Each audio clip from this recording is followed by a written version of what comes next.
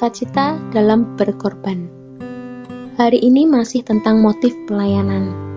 Dikatakan dalam pelayanan Kristen adalah sesuatu yang tidak dapat diterima, bahwa kita dikendalikan oleh kepentingan dan hasrat kita sendiri. Faktanya, inilah ujian terbesar dalam hubungan kita dengan Yesus Kristus. Adakah sukacita dalam berkorban, dalam menyerahkan hidup saya untuk sahabat saya, Yesus? Nas Alkitab hari ini. Karena itu aku suka mengorbankan milikku, bahkan mengorbankan diriku untuk kamu.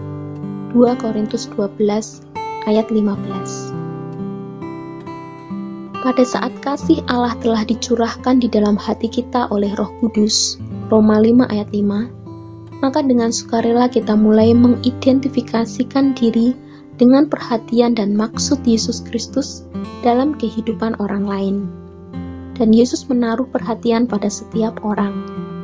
Dalam pelayanan Kristen adalah sesuatu yang tidak dapat diterima, bahwa kita dikendalikan oleh kepentingan dan hasrat kita sendiri. Faktanya, inilah ujian terbesar dalam hubungan kita dengan Yesus Kristus.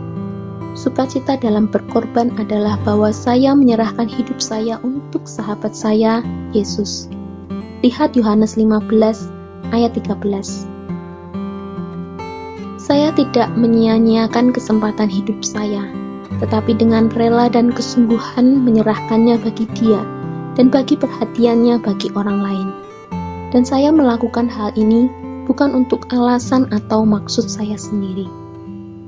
Paulus mengorbankan hidupnya hanya untuk satu maksud, supaya dia dapat memenangkan manusia bagi Yesus Kristus.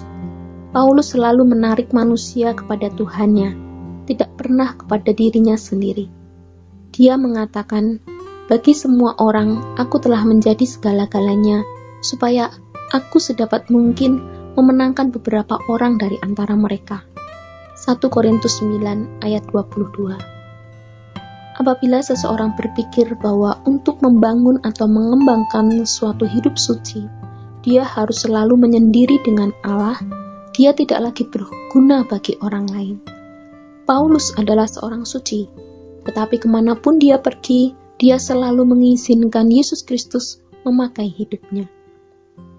Banyak di antara kita yang hanya menaruh minat pada maksud tujuan kita sendiri, dan Yesus tidak dapat memaksakan dirinya ke dalam hidup kita. Akan tetapi, jika kita menyerah sepenuhnya kepadanya, kita tidak akan mempunyai tujuan sendiri dalam melayani. Paulus berkata bahwa dia mengetahui cara menjadi sebuah keset tanpa merasa pahit dan terhina, karena motivasi hidupnya adalah devosi atau pengabdian kepada Yesus. Kita cenderung berdevosi atau mengabdi bukan kepada Yesus, tetapi pada hal-hal yang lebih memberi kita kebebasan rohani. Hal mana menjadi penghalang bagi penyerahan total kepada Yesus. Kebebasan sama sekali bukanlah yang menjadi motif bagi Paulus. Malah ia menyatakan, bahkan aku mau terkutuk dan terpisah dari Kristus demi saudara-saudaraku. Roma 9 ayat 3. Apakah Paulus telah kehilangan kemampuan berpikir nalar? Tidak sama sekali. Karena bagi seseorang yang sedang jatuh cinta, pernyataan seperti ini bukan pernyataan yang berlebihan. Paulus mengasihi Yesus Kristus.